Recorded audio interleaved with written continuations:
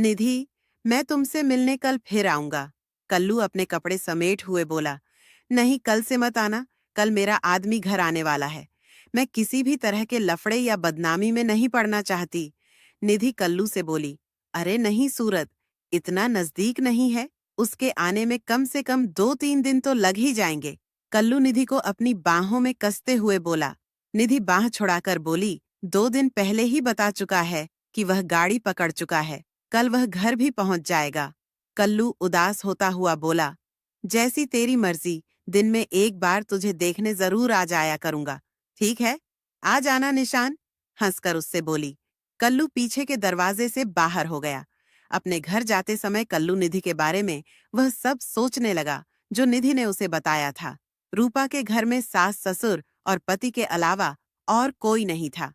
निधि का पति संजय अक्सर काम के सिलसिले में गुजरात की कपड़ा मेल में जाया करता था। वह वहां तब से काम कर रहा है जब उसकी निधि से शादी भी नहीं हुई थी। संजय को गुजरात गए 3 महीने बीत गए थे। कस्बे में मेला लगने वाला था। निधि संजय को फोन पर बोली, तुम घर पर नहीं हो। इस बार का मेला मैं किसके साथ देखने जाऊंगी? माँ पिताजी तो जा नहीं सकते। संजय ने निधि को गांव की औरतों के साथ मेला देखने को कहा। यह सुनकर निधि का चेहरा खुशी से खिल उठा। एक रात गांव की कुछ औरतें समूह बनाकर मेला देखने जा रही थीं। रूपा भी उनके साथ होली घर पर रखवाली के लिए। सास ससुर तो थे ही। मेले में रंग बिरंगा सजावट, सर्कस, झूले और न जाने मनोरंजन के कितने साजो सामान थे। उन सबको निहारती निधि गांव की औरतों से बिछड़ गई। अब निधि घर कैसे जाएगी? वह डर गई थी। मेले से उसका मन चिंता लगा था। उसे घर की चिंता सताने लगी थी। उसने उन औरतों की बहुत खोजबीन की, पर उनका पता नहीं चल पाया। रात गहरा जा रही थी। लोग धीरे धीरे अपने घरों को जाने लगे थे। निधि भी डरते डरते घर की ओर जाने वाले रास्ते पर चल। निधि की शादी को अभी 2 साल हुए थे। अभी तक उसे बच्चा भी नहीं हुआ था।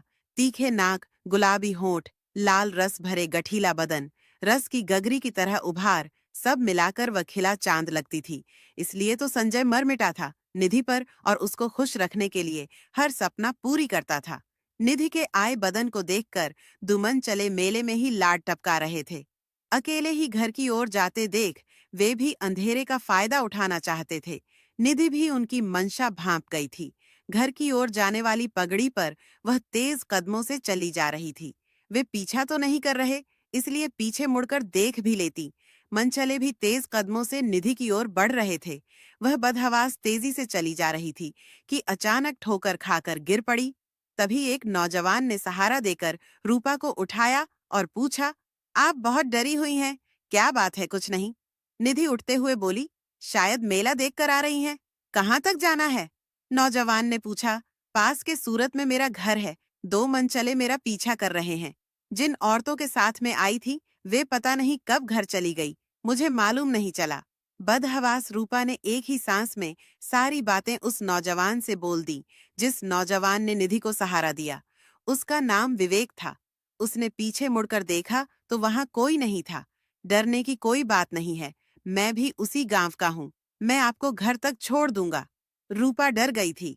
डर के मारे वह कल्लू का हाथ पकड़कर चल रही थी। कभी कभार दोनों के शरीर भी एक दूसरे से टकरा जाते। कुछ देर बाद कल्लू ने निधि को उसके घर पहुंचा दिया। निधि ने शुक्रिया कहा और अगले दिन कल्लू से घर आने को बोली। वह कल्लू उसी दिन से निधि के घर आया करता था। उससे ढेर सारी बातें करता। मजाक मजाक में निधि को छूता भी था। निधि को भी अच्छा लगता था। एक दिन कल्लू निधि के गाल चूमते हुए बोला, आप बहुत सुंदर हैं मेरा। बस चले तो निधि मुस्कुराकर पीछे हट गई। इसके बाद कल्लू ने निधि को बाहों में जकड़कर एक बार और गालों को चूम लिया। निधि कसमसा हुए बोली, यह अच्छा नहीं है। क्या कर रहे हो संजय? अक्सर घर से बाहर ही रहता था, इसीलिए निधि की जवानी भी प्यासी मछली की तरह तड़पती रहती। छुड़ाने की नाकाम कोशिश कर विवेक के आगे वह समर्पित हो गई और वे दोनों एक हो गए। दोनों ने जमकर जवानी का मजा उठाया। रूपा खुश थी। उस दिन के बाद से ही यह सिलसिला चल पड़ा। दोनों एक दूसरे के साथ मिलकर बहुत खुश होते। एक दिन कल्लू ने निधि से पूछा, तुम सारी जिंदगी मुझसे इसी तरह प्यार करती रहोगी ना? नहीं, रूपा बोली। क्यों? लेकिन मैं तो तुमसे बहुत प्यार करता हूँ। यह प्यार नहीं, हवस है। कल्लू, आजमा कर देख लो। कल्लू बोला। कल्लू, तुम अपने एहसानों का बदला चुकता कर रहे हो। जिस दिन मुझे लगेगा तुम्हारा एहसान पूरा हो चुका है, मैं तुमसे अलग हो जाऊंगी और तुम भी अपनी अलग ही दुनिया बसा लेना। निधि उसे समझाते हुए बोली। आज कल्लू को निधि की कही हुई हर बात जहन में ताजा होने लगी थी कि कल संजय के घर पहुंचते ही उस एहसान का कर्ज चुकता होने वाला है। तो दोस्तों, वीडियो अच्छी लगी हो तो चैनल को सब्सक्राइब जरूर करें। मिलते हैं नेक्स्ट वीडियो में। तब तक के लिए love you and take care.